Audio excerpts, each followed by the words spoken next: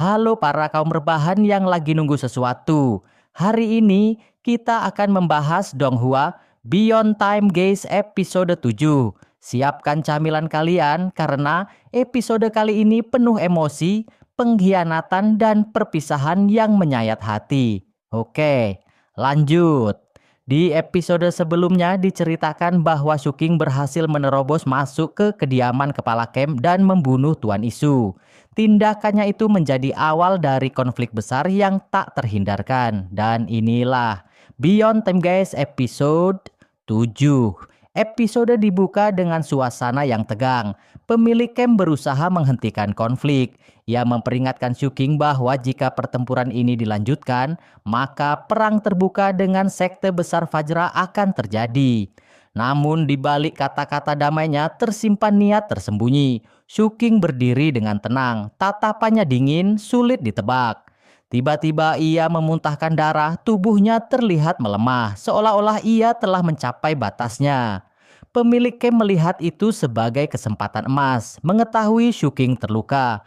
Ketua camp yang tadinya mengajak berdamai tiba-tiba berubah sikap, wajahnya penuh ambisi. Tanpa ragu ia langsung menyerang, namun Suking menatapnya tajam. Semua itu hanyalah jebakan. Dengan gerakan secepat kilat, Suking mencabut senjatanya dan menyabetkannya ke arah ketua camp. Serangan itu begitu presisi hingga membuat perut ketua camp terkoyak. Ketua camp terhuyung. Ia sadar telah dipermainkan, amarahnya meledak. Tiba-tiba perutnya terbelah dari dalam. Dari tubuhnya muncul makhluk mengerikan. Sosok itu terus membesar, memiliki 3 kepala dan 4 lengan. Wajahnya mengerikan, matanya liar, suaranya menggeram seolah ingin melumat Suking hidup-hidup. Udara di sekitar mereka berubah berat, tanah bergetar. Namun Suking tetap tenang, ia menutup matanya. Di belakang tubuhnya bayangan mata raksasa perlahan muncul. Energi misterius mengalir ke tangannya. Siluet raksasa terbentuk lalu berubah menjadi cahaya yang menyatu dengan lengannya. Tubuh Suking menyala diselimuti api. Ia melangkah maju perlahan, namun tekanan auranya terasa begitu besar. Tangannya terangkat dan berubah menjadi pedang energi. Dalam satu lompatan tinggi ke udara, Suking melesat turun seperti meteor. Dengan satu tebasan dahsyat, ia membelah tubuh ketua camp. Tubuh itu retak, cahaya kuning keemasan memancar dari celah-celahnya. Dan boom! Ledakan besar mengguncang area tersebut. Tubuh ketua camp hancur berhamburan menjadi serpihan cahaya. Pertarungan berakhir. Setelah kemenangan itu, Suking menghampiri Kapten Lei yang terbaring tak sadarkan diri. Tanpa berkata apa-apa, ia mengangkat tubuh Kapten Lei dan menggendongnya. Huzi dan Luan ingin ikut membantu, namun Suking menolak. Ia tahu orang-orang dari klan Fajra pasti akan memburunya. Ia tak ingin menyeret mereka ke dalam bahaya yang lebih besar. Di sisi lain, para penduduk memiliki reaksi berbeda. Ada yang bersorak lega karena tirani ketua camp telah berakhir. Namun ada pula yang khawatir. Dengan kematian pemimpin mereka, wilayah itu kini tak lagi memiliki perlindungan. Daerah tersebut bisa menjadi sasaran empuk pihak luar. Dan mungkin kekacauan baru akan segera datang. Saat Suking hendak pergi meninggalkan tempat itu, seorang anak kecil menghampirinya. Dengan wajah polos dan penuh rasa terima kasih, anak itu memberikan sebotol tuak sebagai tanda penghormatan. Suking menerimanya tanpa banyak kata. Ia terus melangkah menggendong Kapten Lei menuju hutan larangan. Tempat itu akan menjadi tujuan terakhir sebelum ia meninggalkan markas pemulung untuk selamanya. Di tengah perjalanan, Kapten Lei yang semakin melemah mulai berbicara. Dengan suara pelan dan terputus-putus, ia menceritakan mimpinya, masa lalunya, dan ketakutannya. Ia tidak takut mati. Yang ia takutkan adalah mati sendirian.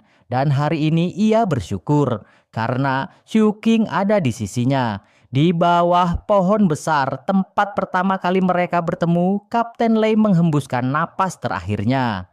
Tenang. Tanpa penyesalan, Suking menguburkannya dengan penghormatan istimewa. Ia meletakkan kendi alkohol di samping makamnya sebagai tanda perpisahan. Sebuah batu nisan sederhana berdiri tegak. hal yang jarang dimiliki oleh para pemulung. Di depan makam itu Shuking berdiri diam. Untuk pertama kalinya topeng dinginnya retak. Ia teringat saat pertama kali bertemu Kapten Lei. Saat dirinya terluka dan kelaparan, Kapten Lei menyodorkan makanan tanpa ragu. Saat ia terluka, Kapten Lei dengan sabar mengobatinya. Bahkan ketika Shuking pergi tanpa kabar, Kapten Lei tetap menunggu hingga ia kembali.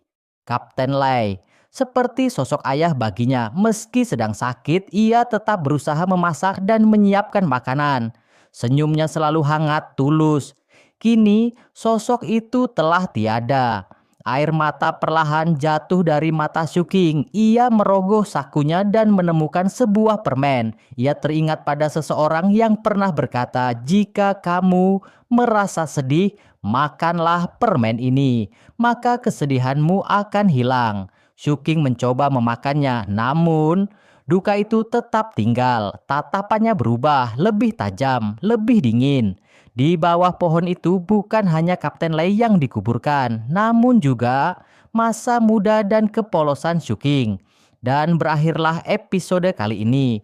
Episode yang bukan hanya tentang pertarungan hebat, tetapi juga tentang kehilangan rasa syukur dan perubahan hati seorang pria yang perlahan meninggalkan sisi manusianya.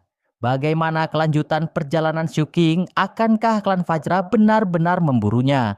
Dan konflik apa lagi yang menantinya di depan? Kita tunggu di episode berikutnya yang tentu akan lebih seru dan menegangkan.